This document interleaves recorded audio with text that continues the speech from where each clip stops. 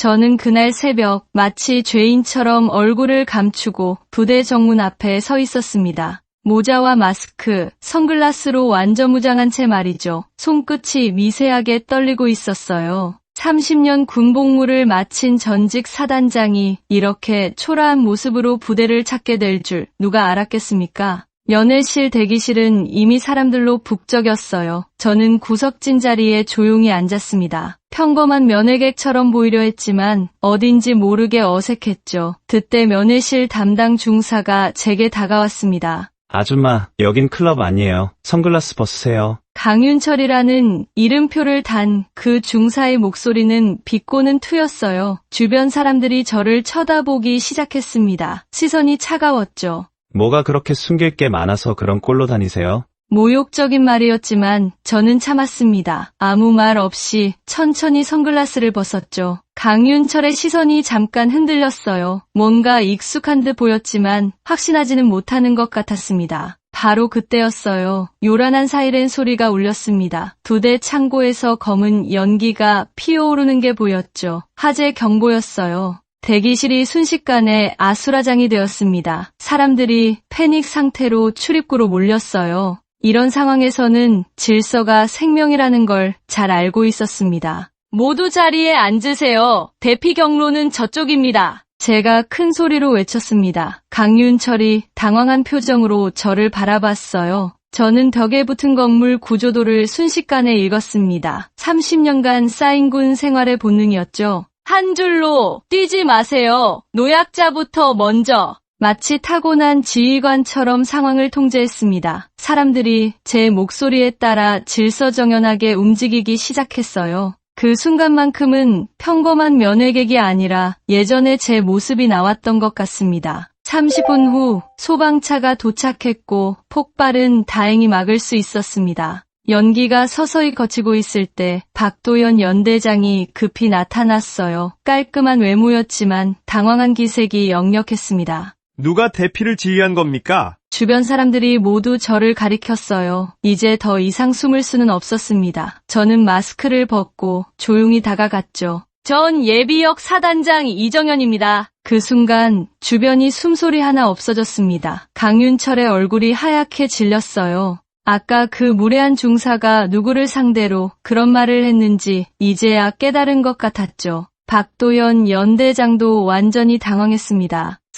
사단장님, 왜 이곳에? 제가 온 이유는 면회가 아닙니다. 한 병사를 위해서예요. 문하늘 이병, 제 친구 아들의 상태가 이상합니다. 박도연 연대장은 회피하려 했어요. 적응 문제일 겁니다. 신병들이 다들. 아닙니다. 연대장. 제 눈빛이 날카로워졌습니다. 이건 군생활 적응이 아니라 생존에 관한 이야기예요. 박도연 연대장의 표정이 굳어졌어요. 뭔가 숨기고 있다는 게 느껴졌습니다. 30년간 쌓인 직감이 경고하고 있었죠. 이 부대에 뭔가 문제가 있다는 걸 말이에요. 저는 마음속으로 다짐했습니다. 문하늘의 어머니, 제 평생 친구였던 그녀에게 약속했던 걸 지켜야 한다고 말입니다. 그 아이를 반드시 지켜내겠다고요. 면담실은 작고 답답했습니다. 저는 긴장한 마음으로 기다리고 있었어요. 곧 문하늘이 들어왔습니다. 창백한 얼굴이 눈에 띄었죠. 많이 여윈 것 같았어요.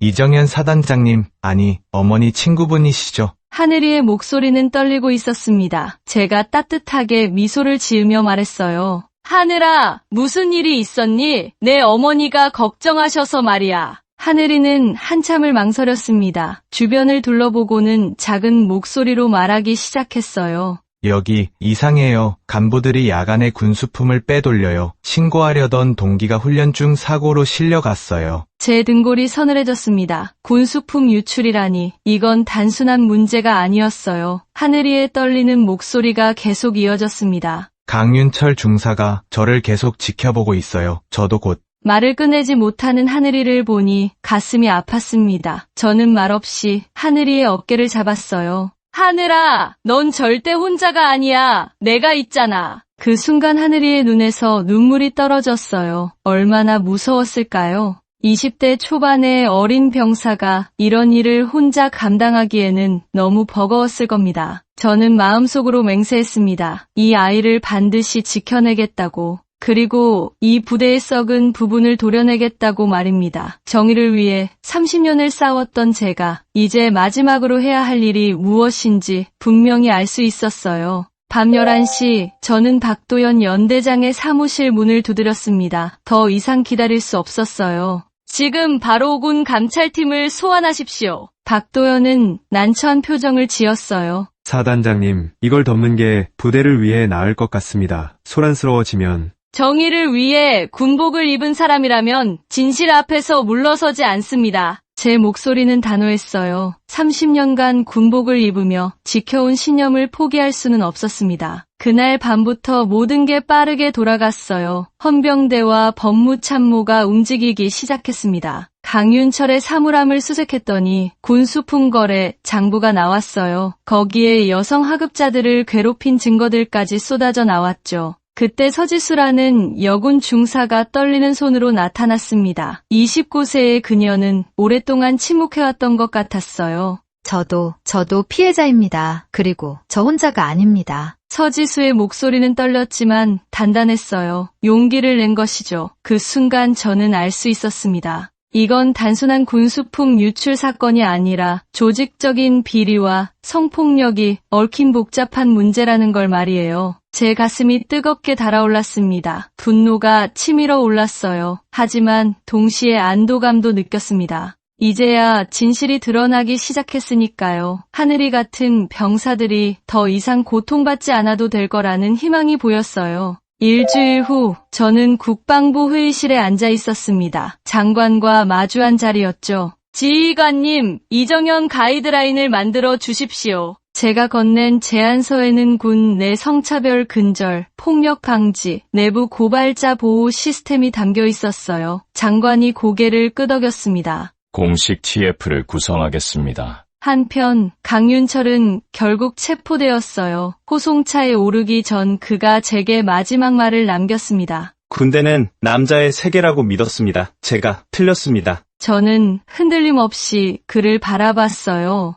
진정한 강함은 약자를 지키는 데서 나옵니다. 그 순간 제 마음속에 복잡한 감정이 일어났습니다. 분노도 있었고 안타까움도 있었어요. 하지만 무엇보다 후련함이 컸습니다. 드디어 정의가 실현되는 순간이었으니까요. 하늘이가 안전해졌다는 생각에 눈시울이 뜨거워졌어요. 제 친구의 아들을 지켜낼 수 있었던 거죠. 그리고 앞으로 이런 일이 반복되지 않도록 시스템을 바꿀 수 있게 되었습니다. 30년간 쌓아온 군 경험이 이런 순간을 위해 있었던 게 아닐까 생각했어요. 진정한 승리는 개인의 성공이 아니라 모두를 위한 변화를 만들어내는 것이라는 걸 다시 한번 깨달았습니다. 1년이 흘렀습니다. 국방부 대강당에서 이정현 가이드라인 시행 기념식이 열렸어요. 연단 위에 서서 청중을 바라보니 감회가 새로웠습니다. 진정한 군인은 정의를 지키는 자입니다. 계급이 아니라 신념으로, 성별이 아니라 용기로 판단받는 군대를 만들어 갑시다. 청중석에는 수많은 여군들이 앉아 있었어요. 그들의 눈에서 눈물이 흐르는 게 보였습니다. 더 이상 침묵하지 않겠다는 다짐이 느껴졌죠. 한쪽 구석에서 문하늘이 박수를 치고 있었어요. 이제 병장이 된 그의 얼굴은 밝았습니다. 1년 전 창백했던 모습과는 완전히 달랐죠. 그 모습을 보니 제가 해낸 일이 정말 의미 있었다는 걸 실감할 수 있었어요.